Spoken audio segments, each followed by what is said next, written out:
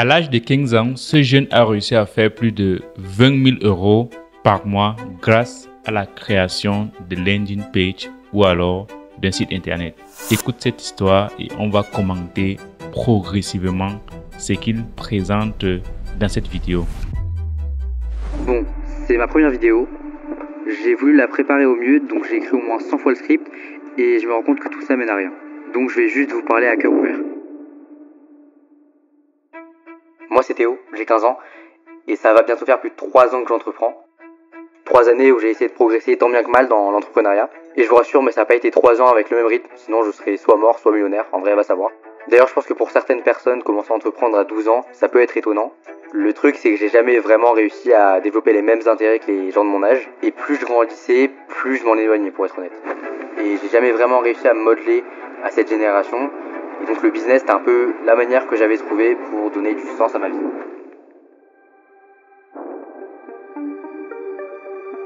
Cet isolement que j'avais créé, il m'a petit à petit conduit vers les jeux vidéo, un monde qui me correspondait. Je pouvais créer quelque chose qui allait avoir des répercussions. Ça peut paraître bête, mais c'était ma manière de laisser mon empreinte. Et sauf que pour la faire évoluer, forcément, j'avais besoin d'argent. Il me semble qu'à cette époque, c'était dans les 600 euros. Le souci, c'est comment je trouve 600 euros à 12 ans. Je me souviens qu'à cette époque, j'étais dans les communautés des jeux vidéo, principalement Minecraft. Je fréquentais pas mal de fondateurs, de prestataires de services qui, eux, s'occupaient de créer et de gérer des serveurs Minecraft. Et dans ces communautés, il y avait ce qu'on appelle des prestataires de services. Donc, c'est des freelances. Donc, il y avait, par exemple, des graphistes, des développeurs ou encore même des community managers. Et donc, je me suis dit, pourquoi ne pas leur apporter des clients en prenant un pourcentage. Le souci, c'est que pour professionnaliser la boîte, il fallait qu'on ait une structure. On avait besoin du coup d'un site web qui se chargerait à la fois de faire office de vitrine, donc de présenter ce qu'on fait, mais aussi d'avoir tout un back-end, donc en gros ce qui se passe derrière le site, qui nous permettrait de faire le lien à la fois entre le Discord, parce que c'était là où justement on communiquait, on mettait nos pressings, etc. C'était principalement sur Discord, pour pouvoir justement transférer les fonds, gérer les commandes et gérer l'ensemble du processus. Donc à cette époque, j'ai trouvé un développeur, j'ai trouvé un graphiste aussi qui s'occupait du logo, etc. Mais j'avais personne pour le design à la fois du site web et de tout ce qui allait gérer derrière. J'ai pas non plus de fonds pour financer un autre prestataire, donc je dois apprendre par moi-même en fait. Et par hasard, il y a mes parents qui passent à côté de moi, ils me demandent ce que je fais, donc je leur montre. Je suis assez fier en vrai de ce que j'ai pu produire. Et là forcément ils sont contents, ils regardent, voilà, c'est comme un peu une sorte de passion, donc ils me disent que c'est bien de continuer. Mais je me souviens aussi que mon père, à ce moment-là, il me fait une remarque qui va me marquer en fait. Il me demande mais finalement pourquoi je ne fais pas payer ce service-là à d'autres personnes. Je me demande mais c'est vrai finalement. Et c'est quelque chose que je peux faire dès maintenant. Donc dès le lendemain, je m'y mets en fait, je commence à faire des projets factices pour me constituer ce qu'on appelle un portfolio. C'est un endroit où on va réunir l'ensemble des créations qu'on peut avoir. Et donc petit à petit, vu que je m'affiche en train de faire ces créations et qu'on me voit justement depuis les communautés Discord, je commence à recevoir de la demande. Au début c'est du petit, ça commence par des 30, 50, 100, puis du 150. Et je pense que c'est à ce moment-là que je découvre entre guillemets le vrai business. Parce qu'à un moment donné, au bout à peu près d'un mois en fait de documentation sur les réseaux, j'ai une personne qui vient me voir et qui me demande une landing page. Donc je me renseigne, en soi c'est exactement ce que je faisais, je connaissais juste pas forcément le thème au début. Donc je me renseigne un peu ce qui se fait sur les tarifs, sur combien ça se facture. Et je lui propose un prix. Et pendant l'appel, je perds un peu mes moyens, donc je lui donne un prix un peu de tête finalement. Et donc je lui dis 800 euros. Et il me dit, envoie-moi la facture, je te paye et on commence directement. Et donc là, sur le moment, je suis un peu désorienté. Je me dis, est-ce qu'il rigole, est-ce que c'est vrai, est-ce qu'il va vraiment payer ou quoi. Mais bon, je joue le jeu en soi, je suis assez content, je me dis bon, ça peut passer. Donc je demande à mon père de me faire une facture parce qu'à ce moment-là, c'est lui qui a la micro-entreprise. Donc il me fait une facture, je l'envoie et bizarrement il me fait un virement. Donc là, je réalise qu'en fait c'était vrai et qu'il vraiment il était sérieux dans ce qu'il disait et je comprends le potentiel de ce que j'ai entre les mains. Mais enfin bref, la prestation elle se passe super bien, il est super content, il me recommande à plein de gens et ça fait un peu l'effet boule de neige. Donc je continue de documenter un peu ce que je fais sur les réseaux comme d'habitude et en même temps je reçois des gens qui me demandent la même chose mais qui viennent de ce fameux client. C'est ce qu'on appelle de la recommandation. Et je me dis que je peux aller chercher plus loin, des plus gros montants et surtout faire du volume pour pouvoir avoir plus de clients, monter en prix et au final faire plus d'argent. Je vais mettre pause ici pour pouvoir commenter tout simplement la vidéo de ce jeune. Je ne connais pas vraiment. Bon, il a dit son nom, c'était Théo. Voilà. Et sa chaîne YouTube, c'est Théo DRCN. Vous tapez Théo DRCN sur YouTube. Vous allez retrouver la même vidéo que je viens de vous présenter également. Théo a abordé sur cette vidéo plusieurs points que je souhaite partager avec vous ici. Et j'ai noté pratiquement 4 points majeurs. Le premier point, c'est que il a 15 ans et il fait ce qu'on appelle des sites vitrines ou alors des landing pages pour des clients, pour gagner de l'argent tout simplement.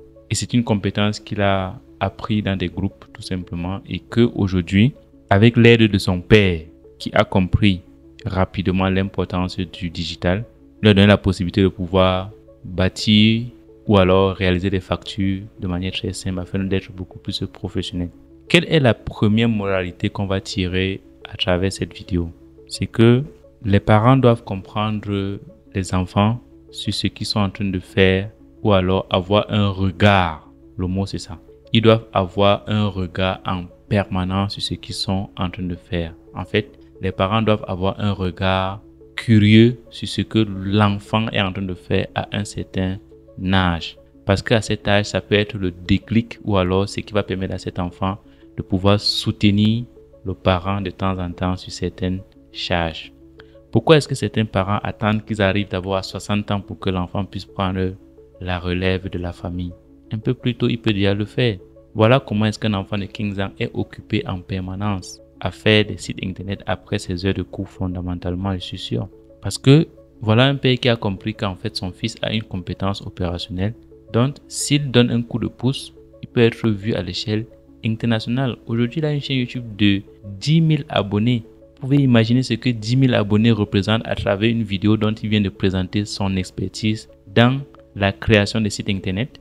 Imaginez seulement que 10% de 10 000 personnes commandent un site internet chez lui. Toi, qu'est-ce que tu fais avec ton enfant en ce moment?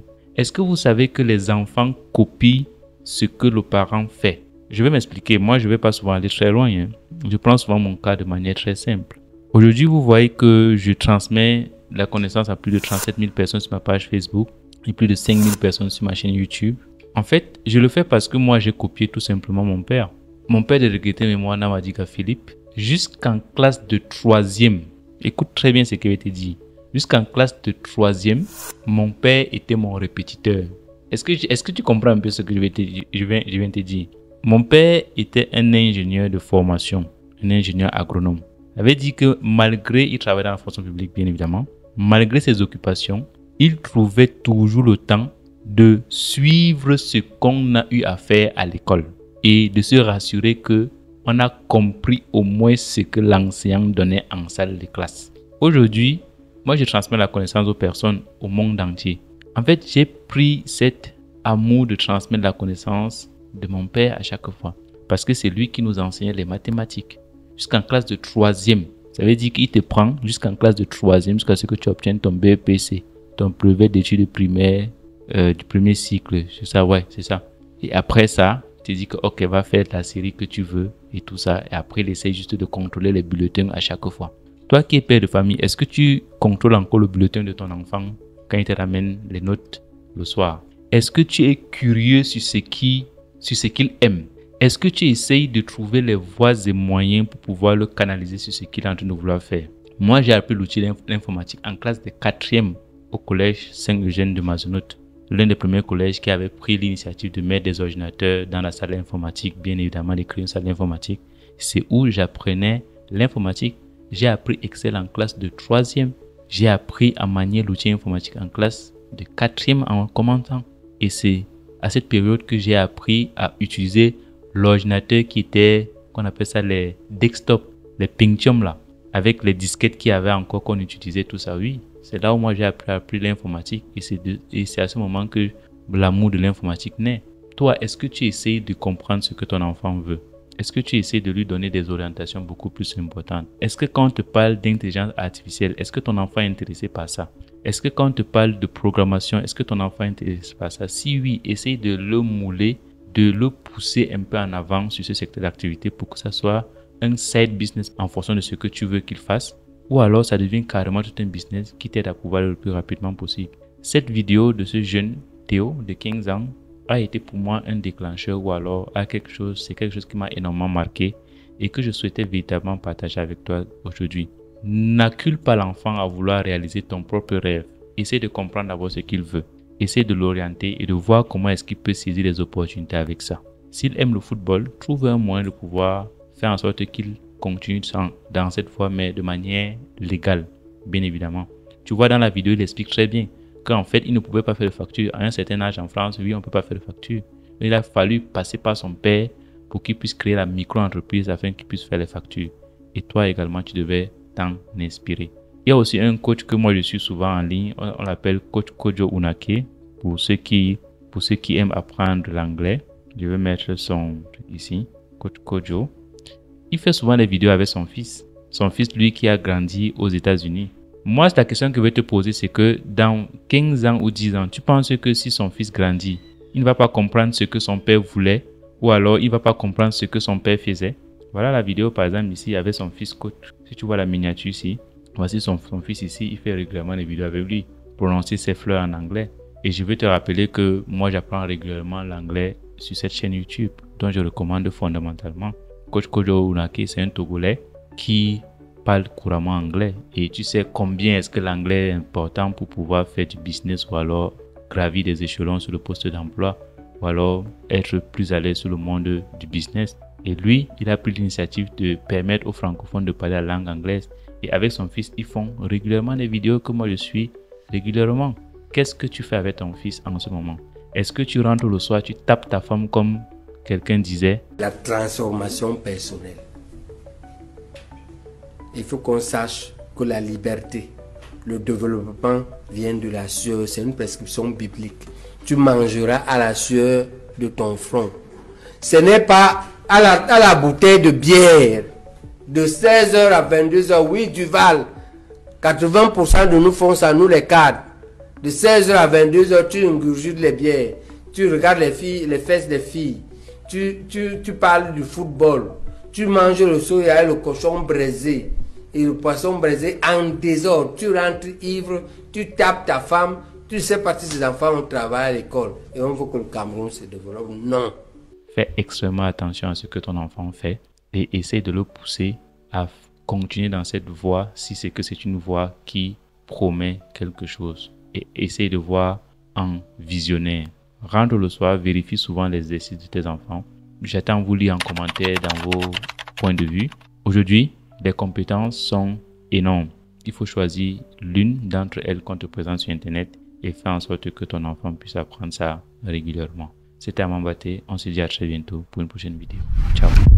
Si tu as apprécié ce style de montage et que tu souhaites également faire ce type de réalisation, je suis totalement disponible pour pouvoir t'accompagner sur tes projets d'édition vidéo. Et si tu as également la volonté de pouvoir faire de ça une compétence et gagner véritablement de l'argent, en 3 mois de formation exactement, pas plus, pas moins, je te donne cette compétence et je te montre comment est-ce que tu peux facturer tes clients avec cette compétence. C'est une formation destinée à tout le monde, des femmes et des hommes et même des très jeunes ou bien des personnes âgées, ceux qui veulent arrondir leur fin du mois. C'est une formation que je donne déjà depuis bientôt 4 ans et qui ont donné des résultats à plus de 8 élèves que j'accompagne à ce jour. Si cette formation t'intéresse ou alors si mon accompagnement à éditer tes vidéos t'intéresse, écris-moi sur le numéro qui va s'afficher juste sur le petit écran et je me ferai un réel plaisir de te répondre en instantané et te donner toutes les modalités pour pouvoir suivre mon programme de formation unique, car ce programme de formation a donné déjà ses résultats. Et en tant que personne formée sous une casquette d'ingénieur,